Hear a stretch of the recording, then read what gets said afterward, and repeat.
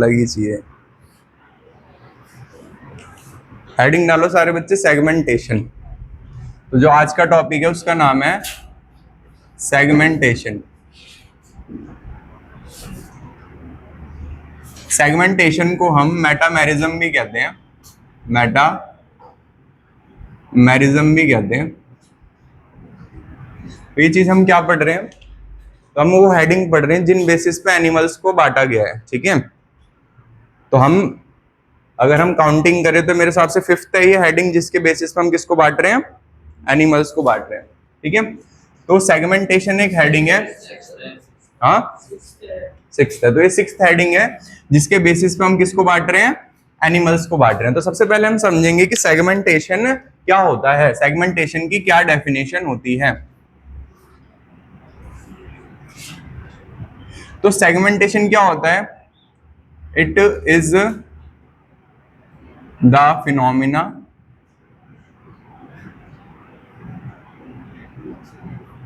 तो एक फिनोमिना होता है, ठीक है, इन विच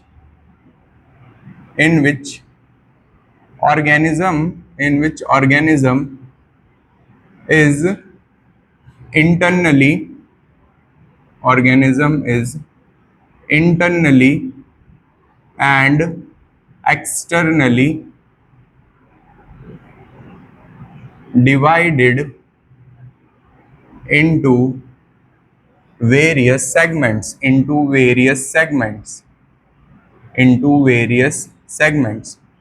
और सेगमेंट्स को ही हम मेटामर्स कहते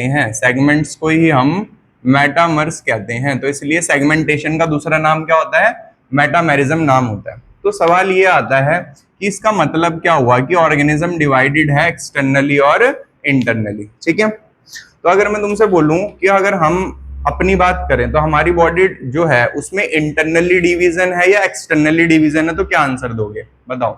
इंटरनली, हमारी हड्डियां जो हैं वो इंटरनली डिवाइड करते हैं। जैसे हम ऑपरेशन करते हैं तो ऑपरेशन में हमें क्या पता होता है, लैंडमार्क्स पता होते हैं बॉडी के, क्या पता होते हैं, लैंडमार्क्स। तो जैसे हम एक एग्जांपल बता दो जो सबसे सिंपल है, कॉलेज लाइफ में पता चलेगा। तो उसमें ये होता है कि जैसे मान लो हमें ना चेस्ट का ऑपरेशन करना है और हमें कट मारना है सेकंड रिब्स पे। कहाँ कट मारना है, तो हमें सेकंड रिब्स काउंट करनी आनी चाहिए। ऐसा तो है नहीं अंदाजे से ये दूसरी लग रही है ना, काट दिया, तो ऐसा तो नहीं होगा। तो उसके लिए क्या होगा, हम काउंट करते हैं सेकंड रिप कैसे होगी। तो सेकंड रिप के लिए पहले क्या होगी, हमारी कोलर बोन होगी, है ना।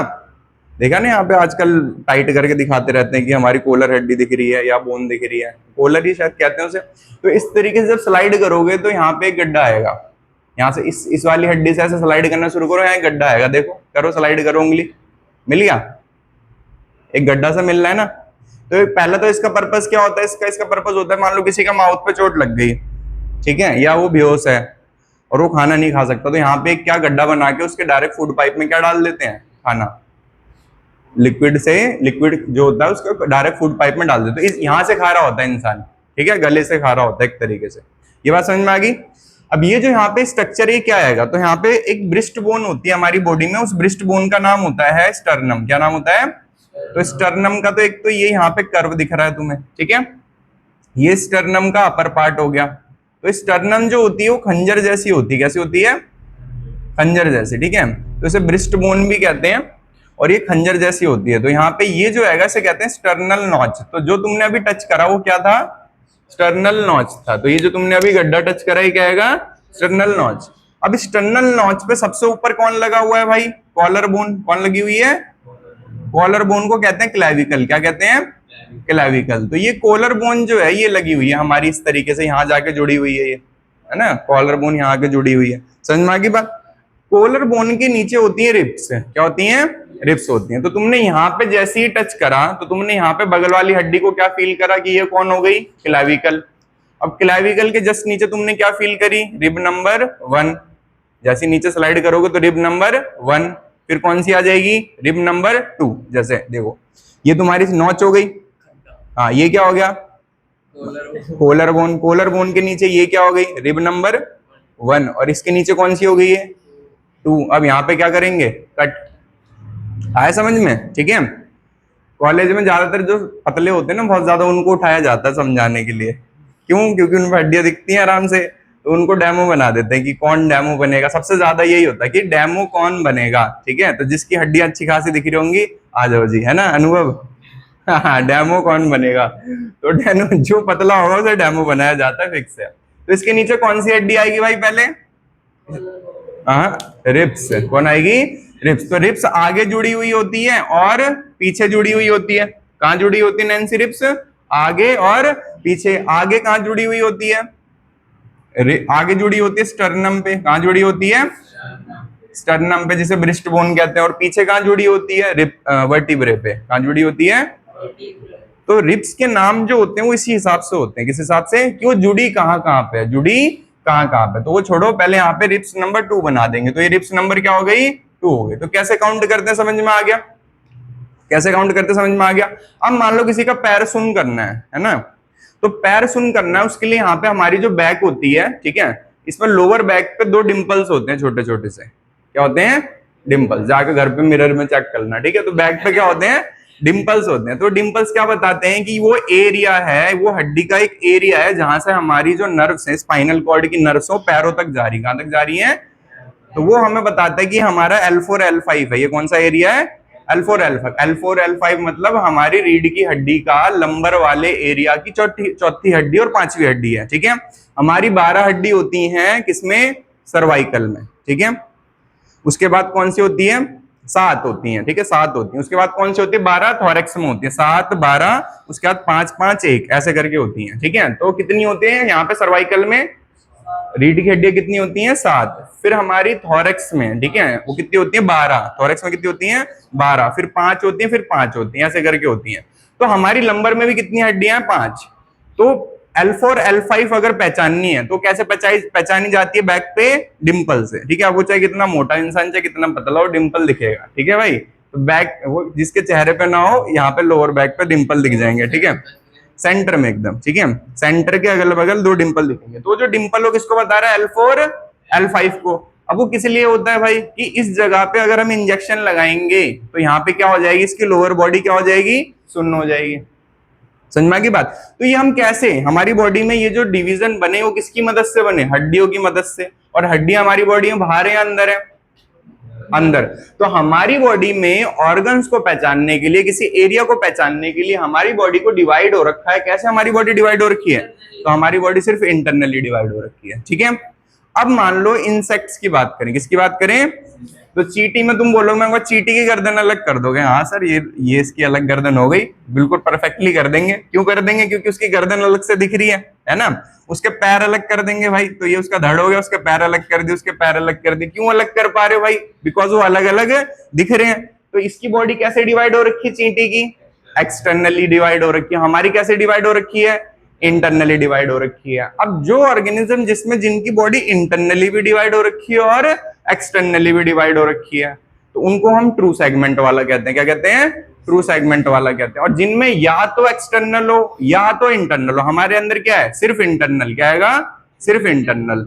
और इंसेक्ट्स में सिर्फ क्या आएगा? एक्सटर्नल। तो ये कैसे हुए? फॉल्स सेगमेंटेशन वाले। हमारे अंदर कैसा सेगमेंटेशन हुआ? फॉल्स सेगमेंटेशन वाले। समझ में आ गई बात भाई? ठीक है, हाँ, दोनों होते हैं अर्थवॉर्म में, ठीक है। तो यहाँ पे मैंने क्या बताया? ये वो फिनोमिना है जिसमें ऑर्गेनिज्म जो होता है वो इंटरनली और एक्सटर्नली डिवाइड होता है इनटू वेरियस सेगमेंट्स। और सेगमेंट्स को हम क्या कहते हैं? मेटामर्स कहते हैं। अब आता है यहाँ पे सेगमेंटेशन के टाइप्स। क्या आता है? सेगमेंटेशन के टाइप्स। तो सेगमेंटेशन के 3 टाइप्स होते हैं, जिसमें सबसे पहला टाइप होता है ट्रू सेगमेंटेशन। क्या होता है?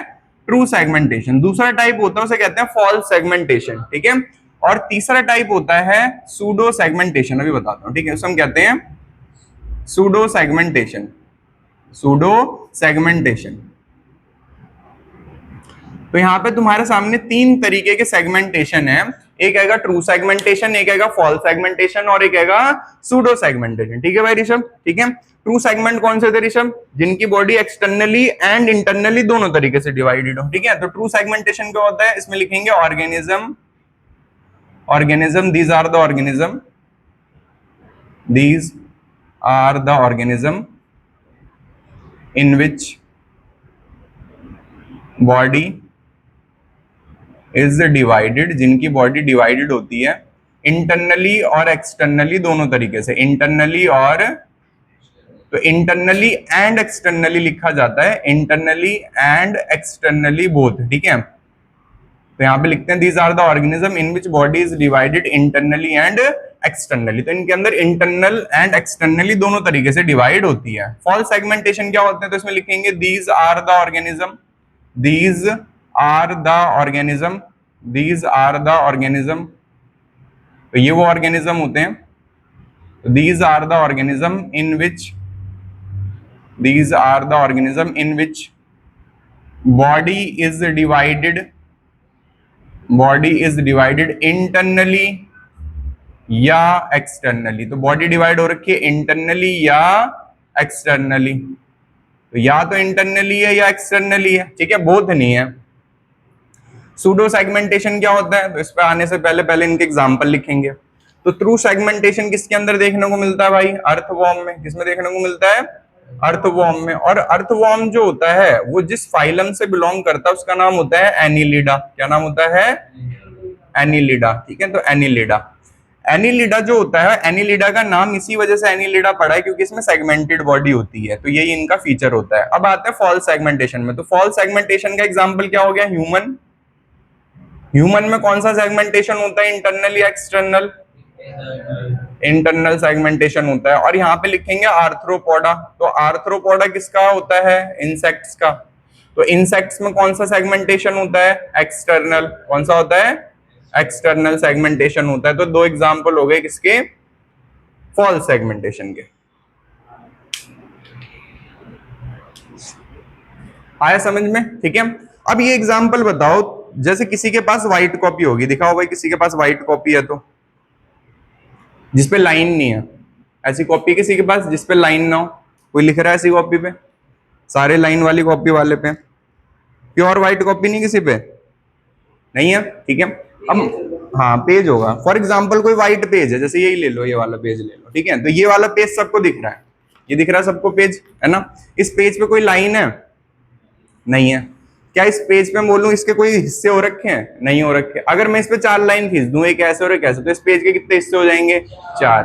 क्या वो जो लाइन है वो रियल में कोई ऐसा स्ट्रक्चर है, कोई ऐसा स्ट्रक्चर है जो हम एक सेगमेंट माने, नहीं है। तो क्या आएगा, नकली, क्या आएगा, नकली सेगमेंट है। कैसे सेगमेंट है, नकली सेगमेंट। तो जब सेगमेंट जो होते हैं, जब सेगमेंट जो होते हैं उसकी जगह पे लाइंस होती हैं, क्या होती हैं, लाइंस होती हैं। तो वो जो वर्चुअल लाइंस होती हैं उन्हें हम क्या कहते हैं, सूडो सेगमेंट्स कहते हैं, ठीक है। तो इंस्टेड यहाँ पे क्या प्रेजेंट होता है, यहाँ पे body is divided by, body is divided by, body is divided by virtual lines. Body कैसे डिवाइड हो रखी है, बाय वर्चुअल लाइंस। तो वर्चुअल लाइंस से बॉडी डिवाइड हो रखी है, कोई हड्डी जैसा स्ट्रक्चर नहीं है। तो वर्चुअल मतलब नकली, ठीक है, इमेजिनरी लाइंस। अब वर्चुअल लाइंस जो हैं, वर्चुअल लाइंस जो हैं ये किसमें देखने को मिलती हैं, तो ये देखने को मिलती है टेप वॉर्म में। किसमें देखने को मिलती हैं, टेप वॉर्म में। टेप वॉर्म किसमें आता है, प्लैटीहेलमिंथेस में। किसमें आता है, प्लैटीहेलमिंथेस में, प्लैटीहेलमिंथेस में, प्लैटीहेलमिंथेस में। तो प्लैटीहेलमिंथेस का जब तुम डायग्राम देखोगे तो उसमें तुम्हें देखने को मिलेगा कि जो इसकी बॉडी हैगी उसकी बॉडी एकदम प्लेन है, पर इसकी बॉडी के ऊपर जगह जगह पे क्या है, लाइंस, जगह जगह पे क्या है, लाइंस। और इसको जब छुओगे तो कुछ फील नहीं होगा, छुओगे तो इन लाइंस को कुछ फील नहीं होगा, पर ये इनकी बॉडी में क्या क्रिएट कर रही है, सेगमेंट्स। क्या क्रिएट कर रही हैं, सेगमेंट्स। तो body is divided by virtual lines. Real में कोई सेगमेंट नहीं है, वर्चुअल लाइंस बना रही है। अब जैसे ये दीवार है, इस दीवार पर तुम्हारे सामने फ्लेक्स लगा हुआ है, पर ये फ्लेक्स पे जो डिजाइन है उसकी वजह से कैसा लग रहा है, ईंटों जैसा लग रहा है। डिजाइन कैसा लग रहा है, ईंटों जैसा लग रहा है। क्यों लग रहा है, क्योंकि वर्चुअल लाइंस है। क्या आएंगी, वर्चुअल लाइन। पर तुम इसे छुओगे तो क्या तुम्हें डिफरेंस फील होगा, नहीं फील होगा। तो ऐसे सेगमेंट को हम क्या कहते हैं, सूडो सेगमेंटेशन। क्या कहते हैं, सूडो सेगमेंटेशन। एक बार जल्दी से याद करो तीनों। तो 7th बेसिस ऑफ क्लासिफिकेशन पढ़ेंगे ऑर्गेनिज्म को, एनिमल्स को क्लासिफाई करने का, जिसका नाम होता है 7th का नोटोकॉर्ड। क्या नाम होता है, नोटोकॉर्ड, नोटोकॉर्ड। तो नोटोकॉर्ड क्या चीज होती है, इस चीज को समझते हैं। तो नोटोकॉर्ड क्या होता है, it is a solid, it is a solid mesodermally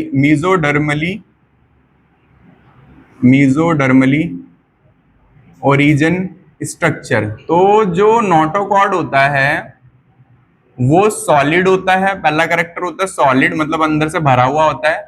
और मीजोडर्मिनली इसका क्या होता है, ओरिजिन। तो इसका मतलब क्या होता है, पहले सॉलिड को खत्म करते हैं। तो अगर हम नोटोकॉर्ड को देखेंगे तो नोटोकॉर्ड अंदर से खाली होगा या भरा हुआ होगा, भरा हुआ है ना। सॉलिड का मतलब क्या होगा, अंदर से भरा हुआ होगा। अंदर से कैसा होगा, भरा हुआ होगा। पहली चीज तो ये समझ में आ गई। तो नोटोकॉर्ड अंदर से कैसा होगा, सॉलिड, अंदर से कैसा होगा। अब सेकंड वर्ड आता है सॉलिड और कॉमा मीजोडर्मली क्या होता है, ओरिजिन। तो मीजोडर्मल ओरिजिन क्या होता है कि जब जाइगोट बनता है, जब जाइगोट बनता है तो जाइगोट कितनी लेयर बनाता है, तीन। कितनी लेयर बनाता है, तीन। तो इन तीनों लेयर को जर्म लेयर कहते हैं। क्या कहते हैं, जर्म का मतलब होता है जर्मिनेट जो कर सके। तो हमारी अपर लेयर बनती है जिसका नाम एक्टोडर्म होता है, ठीक है। डर्मा नहीं होता है, एनएनसी है ना, क्या होता है, डर्म है ना। मीजोडर्म होता है एंड एंडोडर्म होता है। सबसे पहले कौन सी लेयर बनती है, एंडोडर्म बनती है, सबसे नीचे वाली लेयर बनती है। तो जाइगोट जब डिवाइड करता है वो बहुत सारी सेल्स बनाता है, और इन बहुत सारी सेल्स को क्या कहते हैं, एम्ब्रियो। क्या कहते हैं, एम्ब्रियो कहते हैं। और एम्ब्रियो के अंदर कितनी लेयर्स होती हैं, तीन लेयर्स होती है। मतलब एम्ब्रियो कितनी लेयर्स में अरेंज हो जाता है, तीन लेयर्स में अरेंज। जैसे जाइगोट एक सेल से दो में डिवाइड करेगा उसे एम्ब्रियो कहने लग जाते हैं, ठीक है। तो ये जो एम्ब्रियो होता है इसके अंदर तीन लेयर होती हैं, एक्टोड्रम, मीजोड्रम और एंडोड्रम। अब एक्टोड्रम से हमारा कोई ना कोई बॉडी पार्ट बना हुआ है। हमारी स्किन एक्टोड्रम से बनी हुई है, ठीक है। हमारा हार्ट मीजोड्रम से बना हुआ है। तो हमारी बॉडी में हर सेल्स, हर ऑर्गन्स इन तीनों लेयर से बना हुआ है। मतलब हमारी पूरी बॉडी इन तीन लेयर से बनी हुई है। समझ में आ गई बात। अब ये जो सेल्स हैं इनमें एक करेक्टर्स होता है, इनमें एक करेक्टर होता है कि बॉडी का कोई भी पार्ट बना सकती है। तो अगर मैं बोलूं कि नोटोकॉर्ड जो स्ट्रक्चर है वो इन तीनों में से किस लेयर से बना है, मीजोड्रम से। कहां से बना है, मीजोड्रम से। तो इसको क्या कहा जा रहा है, मीजोडर्मली ओरिजिन। मीजोडर्मली ओरिजिन कहा जा रहा है। तो नोटोकॉर्ड कैसा होता है, सॉलिड, और इसका ओरिजिन कैसा होता है, मीजोडर्मल ओरिजिन होता है। समझ में आ गई बात भाई, ठीक है। और इसका मीजोडर्मली ओरिजिन होता है। ये किस काम आता है, हमारे अंदर नोटोकॉर्ड होती है पर अभी नहीं है। अब वो किस चीज में बदल गई है, रीढ़ की हड्डी में। किसमें बदल गई है, रीढ़ की हड्डी में। तो नोटोकॉर्ड हमारे अंदर किसमें बदल जाती है भाई, रीढ़ की हड्डी में बदल जाती है। बताओ समझ में आया नोटोकॉर्ड का क्या पर्पस होता है। अब जो नोटोकॉर्ड होता है, इस नोटोकॉर्ड के बेसिस पे एनिमल्स दो तरीके के होते हैं। एनिमल्स कितने तरीके के होते हैं, दो तरीके के। तो animals are of two types, animals are of two types on the basis of, on the basis of notochord. क्योंकि एनिमल किंगडम पढ़ रहे हैं तो इसलिए एनिमल्स को ही हम बताएंगे। तो on the basis of notochord animals कितने तरीके के होते हैं, दो तरीके के होते हैं। तो एक तरफ लिखेंगे और एक दूसरी तरफ लिखेंगे, ठीक है भाई।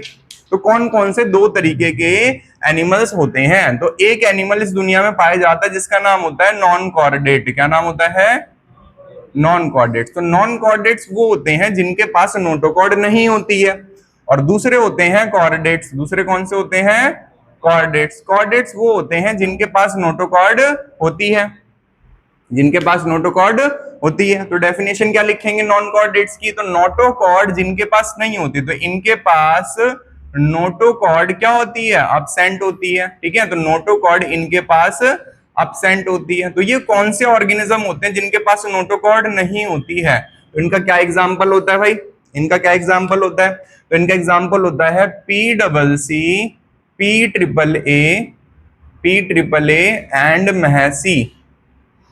बस सी नहीं लिखेंगे, ठीक है। तो यहाँ पे कौन कौन है भाई, पी डबल सी क्या है, तो पी का मतलब होता है पॉरीफेरा, बहुत बढ़िया। सी का मतलब क्या होता है, कॉलन ट्रेटा, बहुत अच्छे। इसके बाद कौन आता है, टीनोफोरा, ठीक है। तो ये एनिमल्स के तीन फाइलम हो गए, क्या हो गए, तीन फाइलम। इससे अगले वाले कौन से हैं, प्लेटीहेलमिन्थिस। टेपवर्म किस में आता था, प्लेटीहेलमिन्थिस में, प्लेटीहेलमिन्थिस में। तो ये होते हैं फ्लैट वर्म। ए का मतलब क्या होता है, एस्चेलमिन्थिस, ये होते हैं राउंड वर्म, तो एस्चेलमिन्थिस। फिर कौन आता है, अर्थवर्म किस में आता था, एनिलिडा में, आर्थ्रोपोडा में नहीं, एनिलिडा में, ठीक है।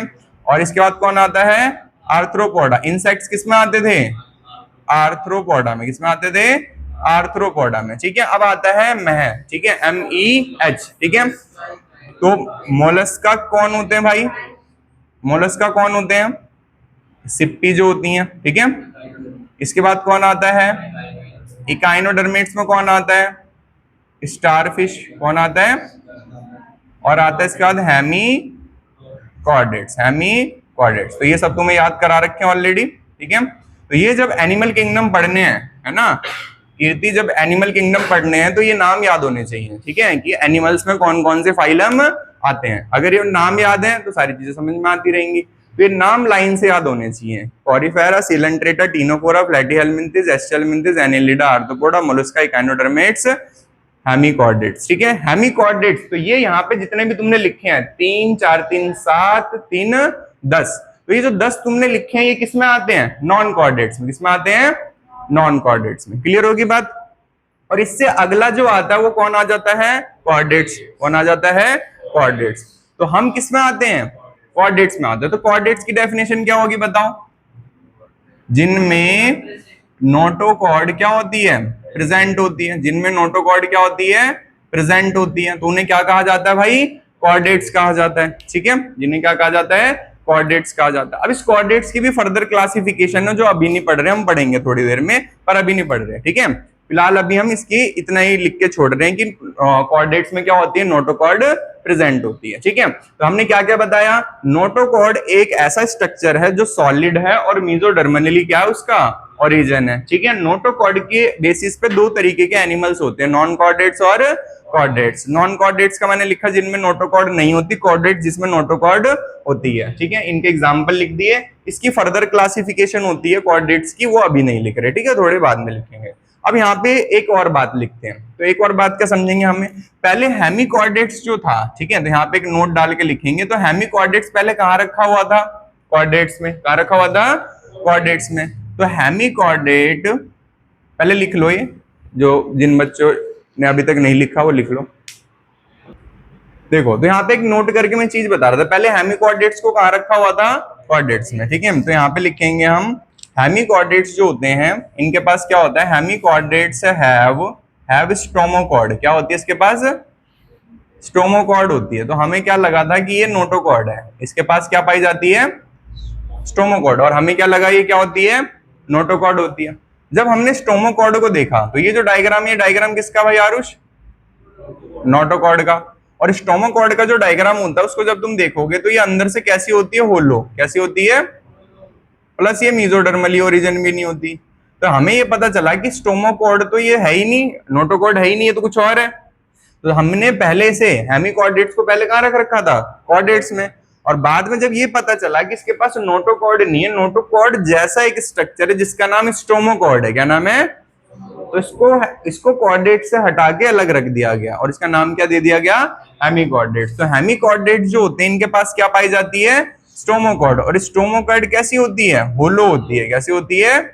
होलो होती है। और इसका जो ओरिजिन होता है वो एंडोडर्मल होता है। कैसा होता है? एंडोडर्मल ओरिजिन होता है, मतलब ये सबसे लास्ट वाली लेयर से बनता है, ठीक है। तो ये बिल्कुल अलग होता है किससे? नोटोकॉर्ड से अलग होता है। तो इसलिए तो तुमसे पूछा जाता है कि हेमीकॉर्डेट्स जो थे, सवाल क्या आता है इस पे कि हेमीकॉर्डेट जो थे पहले उन्हें कहाँ रखा गया था? कॉर्डेट्स में। तो previously hemichordates are kept in chordates, then it get removed from chordates. इसको कहां से निकाल लिया गया? कॉर्डेट्स से। व्हाई? तो बताओगे hemichordates have a structure known as stomochord which is hollow and endodermally origin which is different than notochord, therefore it is removed from chordates, ठीक है। तो ये लिखो यहाँ पे सारे बच्चे। तो अभी तक जितने भी बेसिस ऑफ क्लासिफिकेशन पढ़ाए हैं मैंने, ठीक है, अगर ये बेसिस ऑफ क्लासिफिकेशन याद है तुम्हें तो ये मान के चलो कि चैप्टर में सारी चीजें अब समझ में आएंगी आराम से, ठीक है। और नहीं याद है तो फिर नहीं आएगी, है ना भाई आशीष? हाँ,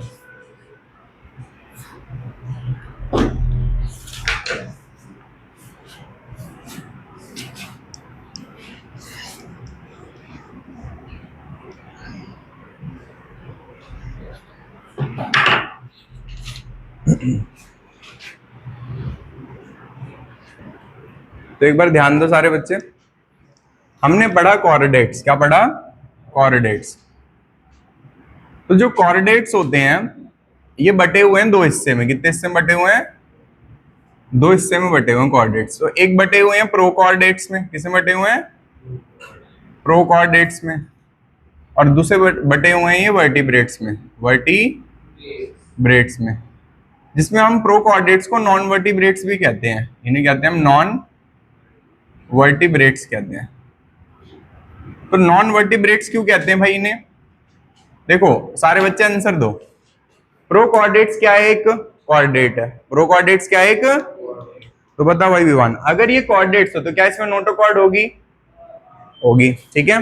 बताओ भाई नैन्सी, वर्टिब्रेट्स में नोटोकॉर्ड होगी? होगी, क्योंकि ये क्या आएगा?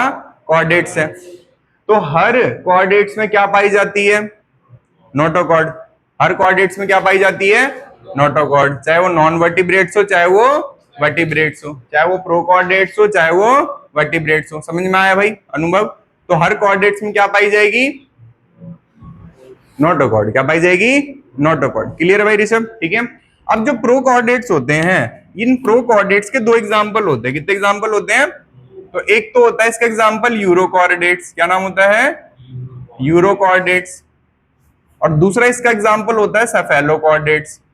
Cephalo coordinates. तो इसके अंदर दो नाम आते हैं, अगर नाम याद करोगे तो इजी याद हो जाएंगे, euro coordinates and cephalo coordinates. ठीक है, सेफेलो कोऑर्डिनेट्स। अब यहाँ पे फिर दोबारा मुझे आंसर बताओ सारे बच्चे, बताओ। ये एग्जांपल हो गए इसके ना, फर्दर एग्जांपल हो गए। तो प्रो कोऑर्डिनेट्स में यूरो कोऑर्डिनेट्स आता है, सेफेलो कोऑर्डिनेट्स आता है। तो बताओ भाई अभी का यूरो कोऑर्डिनेट्स में क्या नोटोकॉर्ड होगी? सेफेलो कोऑर्डिनेट्स में क्या नोटोकॉर्ड होगी? होगी। क्लियर है बात, है ना? अब यहाँ पे हम बात करते हैं वर्टिब्रेट्स की। किसकी बात करते हैं? वर्टिब्रेट्स की। अब जो वर्टिब्रेट्स हैं ये दो तरीके के होते हैं। कितने तरीके के होते हैं आरुष? दो तरीके के, ठीक है। जिसमें एक वर्ड लिखा जाता है गैनाथा। क्या लिखा जाता है? गैनाथा। गैनाथा का मतलब क्या होता है? जबड़ा। क्या होता है? जबड़ा। अगर मैं लिख रहा हूं ए गैनाथा, तो बताओ भाई आरुष इसका मतलब क्या होगा? इसके पास जबड़ा नहीं होगा। तो ए गैनाथा का मतलब क्या होगा? जबड़ा नहीं होगा। तो ए मतलब नहीं जबड़ा, ए मतलब नहीं जबड़ा, जबड़ा नहीं है। और गैनाथा मतलब जबड़ा है। तो जबड़े को इंग्लिश में क्या कहते हैं नैन्सी? जॉ, है ना, विद जॉ। तो गैनाथा के पास क्या होगा? जॉ होगा। और ए गैनाथा के बाद क्या पास क्या होगा? Without jaw. तो इनका माउथ कैसा होगा? सर्कुलर। बूढ़े लोगों का जब दांत चले जाते हैं तो माउथ कैसा हो जाता है? सर्कुलर हो जाता है ना। तो बिना दांत के माउथ कैसा हो जाता है? सर्कुलर हो जाता है। ठीक है। तो एक गैनाथा जिनके पास क्या नहीं होते? जॉ। और गैनाथा जिनके पास क्या होते हैं? अब बताएगा आशीष, बताओ भाई। तो गैनाथा के पास नोटोकॉर्ड होगी? आशीष, गैनाथा के, एक गैनाथा के पास नोटोकॉर्ड होगी? ठीक है, गैनाथा के पास होगी। क्यों होगी? हाँ, ये तो सुनना था मुझे। ठीक है। तो जो भी कोऑर्डिनेट्स है उसके पास नोटोकॉर्ड होगी। समझ में आ गई बात? ये तो पढ़ा हमने।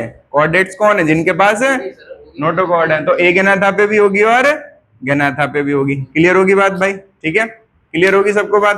तो जिनके पास भी नोटोकॉर्ड है वो क्या कहलाएंगे? कोऑर्डिनेट्स। और इनके जो एग्जांपल होंगे उनके पास भी क्या होगी? नोटोकॉर्ड होगी। ठीक है। तो इनके दो पार्ट्स पढ़े, नॉन वर्टिब्रेट्स और नॉन वर्टिब्रेट्स में दो आए, यूरो कोऑर्डिनेट और वर्टिब्रेट्स में आए ए गैनाथा और गैनाथा। जबड़ा नहीं है, जबड़ा है। तो जबड़ा नहीं है तो मुंह कैसा हो गया? सर्कुलर हो गया। तो इसका एग्जांपल क्या आता है? इसका एग्जांपल आता है साइक्लोस्टोमा। क्या आता है? साइक्लो मतलब सर्कुलर और स्टोमा मतलब माउथ। स्टोमा मतलब, तो साइक्लोस्टोमा। तो पहला इसके अंदर कौन आता है? साइक्लोस्टोमा। और दूसरा इसमें आता है ओस्टियोकोडर्मी। ओस्टियोकोडर्मी। तो दो आते हैं इसके अंदर और दोनों का सर्कुलर माउथ, मतलब दोनों के अंदर जबड़ा नहीं है। तो ओस्टियोकोडर्मी एंड साइक्लोस्टोमा। तो भाई अब आता है हमारा गैनाथा। कौन आता है? गैनाथा। तो गैनाथा जो होते हैं, इस गैनाथा में आता है परम। कौन आता है? परम। ठीक है। तो परम में आता है पाइसिस। कौन आता है? तो पाइसिस का मतलब होता है फिश। पाइसिस का मतलब क्या होता है? फिश। ठीक है। तो परम में आता है सबसे पहला पाइसिस। हाँ, उसके बाद आता है एम्फीबियंस। ए का मतलब क्या हो गया? एम्फीबियंस। पाइसिस मतलब मछलियां, एम्फीबियन मतलब फ्रॉग। ठीक है। इसका एग्जांपल लिख देता हूं। एम्फीबियन मतलब क्या होता है? फ्रॉग, देन आता है रेप्टाइल्स, रेप्टाइल्स मतलब स्नेक्स, ठीक है, तो ये हो गया यहाँ पे रेप्टाइल जिसमें आ गया स्नेक, और इसके बाद आता है यहाँ पे एप्स, एप्स मतलब क्या होता है बर्ड्स, एप्स मतलब क्या होता है बर्ड्स, और मैमल्स मतलब होता है हम, ठीक है, तो यहाँ पे आ गया मैमल्स, मैमल्स में आता है ह्यूमन, ठीक है, तो ये हो गया यहाँ पे अबाउट द कॉर्डेट्स, ठीक है, तो दोबारा एक बार याद दिलाते हैं फिर, है ना भाई आशीष, तो बताओ भाई आशीष, स्पाइसिस में नोटोकॉर्ड होगी, एम्फीबियंस में, रेप्टाइल, एप्स और मैमल में होगी, और इसमें साइक्लोस्टोमा और ओस्टियोकोडर्मी में होगी, है ना भाई, तो समझ में आ गई बात। तो नोटोकॉर्ड यहाँ पे जितने भी लिखे हैं सब में है, यस और नो, सारे बच्चे बताओ, नोटोकॉर्ड जितने भी लिखे हैं सब में, तो आंसर ये बताओ यहाँ पे इन दोनों को अलग अलग क्यों रखा है, क्योंकि नाम में तुम्हें क्या दिख रहा है, इनमें वर्टिब्रेट्स में क्या पाया जाएगा, वर्टिब्रे, रीढ़ की हड्डी पाई जाएगी, और इनके अंदर रीढ़ की हड्डी नहीं पाई जाएगी, तो मतलब ये वो ऑर्गेनिज्म है जिनके अंदर नोटोकॉर्ड तो है, पर वो नोटोकॉर्ड किसमें नहीं बदला, रीढ़ की हड्डी में। ये वो ऑर्गेनिज्म है जिनमें नोटोकॉर्ड था पर वो अब किसमें बदल चुका है, रीढ़ की हड्डी में। समझ में आ गई बात भाई, ठीक है। तो यहाँ पे एक एनसीईआरटी का क्वेश्चन आता है जिसका आंसर तुम सब बताओगे कि ऑल कॉर्डेट्स, ठीक है, are vertebrates, all chordates are, all vertebrates are, all vertebrates are, but all chordates are not, ठीक है। तो क्वेश्चन आता है ऑल वर्टिब्रेट्स, ऑल वर्टिब्रेट जितने भी रीढ़ की हड्डी वाले होते हैं, all vertebrates are chordates, chordates, but all chordates, but all chordates are not, all chordates are not vertebrates, vertebrates. तो ये हो गया यहाँ पे क्वेश्चन, ठीक है। तो इस क्वेश्चन का आंसर करके लाओगे तो आंसर क्या होगा इसका, वैसे मैं बता देता हूं कि vertebrates have notochord which get converted into vertebrae, vertebrates में नोटोकॉर्ड होती है जो किसमें बदल जाती है, वर्टिब्रे में, रीढ़ की हड्डी में बदल जाती है। But the prochordates have notochord which can not converted into vertebrae, ठीक है। तो यहाँ पे क्या आंसर बोलोगे, वर्टिब्रेट्स वो होते हैं जिनके अंदर नोटोकॉर्ड वर्टिब्रे के अंदर बदल जाती है, रीढ़ की हड्डी में बदल जाती है, और प्रोकॉर्डेट्स वो होते हैं जिनमें नोटोकॉर्ड होती है पर वो रीढ़ की हड्डी में नहीं बदलती। Therefore all vertebrates are chordates but all chordates are not vertebrates. तो ये सवाल आता है, काफी इंपॉर्टेंट क्वेश्चन है इस चैप्टर का, तो ये इसके क्लासिफिकेशन से ही पूछा जाता है कॉर्डेट्स की। प्लान पढ़े थे सबने, ध्यान दो यहाँ पे, जो बॉडी प्लान होता है उसके अंदर तुमने क्या पढ़ा था भाई, है ना। तो एक तो तुमने पढ़ा था कि एक ही ओपनिंग है बॉडी के अंदर, जैसे कि ये हाइड्रा है और उसी एक ही ओपनिंग से ये खाना खाएगा और वेस्ट को बाहर करेगा। दूसरी पढ़ी थी हमने ट्यूब एंड ट्यूब, कौन सी पढ़ी थी, तो इसमें जैसे हमारे पास माउथ है और इनस है, तो माउथ फॉर होता है खाना खाने के लिए और इनस होता है वेस्ट को बाहर करने के लिए, तो दोनों अलग अलग ओपनिंग है, क्या आएंगे, दोनों अलग अलग ओपनिंग है। इनके अंदर एक ही ओपनिंग है, क्या आएगी, एक ही ओपनिंग है। तो ऐसा ऑर्गेनिज्म जिसके अंदर सिर्फ एक ओपनिंग होती है उनको क्या कहते हैं, ब्लाइंड सैक, क्या कहते हैं, बॉडी प्लान वाला, ब्लाइंड सैक बॉडी प्लान वाला। और जिनके अंदर दोनों ओपनिंग होती है उन्हें क्या कहते हैं, ट्यूब इन ट्यूब बॉडी प्लान वाला। अगर इसको हम डाइजेस्टिव के हिसाब से बोलें, किसके हिसाब से बोले, तो मैं तुमसे बोलूं दो तरीके के डाइजेस्टिव सिस्टम होते हैं, कितने तरीके के, एक होता है इनकम्प्लीट और एक होता है कंप्लीट। इनकम्प्लीट जिसमें क्या होगा, एक ही ओपनिंग होगी, और कंप्लीट जिसमें कितनी ओपनिंग होगी, ये नोट्स में ऐड कर लो, ठीक है। कि जो ट्यूब इन ट्यूब होता है उसको कंप्लीट डाइजेस्टिव सिस्टम वाला माना जाता है। इसको कौन सा डाइजेस्टिव सिस्टम माना जाता है, कंप्लीट। कौन सा माना जाता है, कंप्लीट। क्यों माना जाता है भाई, क्योंकि इसके पास दोनों ओपनिंग है। और ब्लाइंड सैक वाले को क्या माना जाता है, इनकम्प्लीट। क्यों माना जाता है, इनके पास एक ही ओपनिंग है, ठीक है। और absent वाले कौन से हो गए, बताओ, सेल एग्रीगेट वाले कौन से हो गए, absent।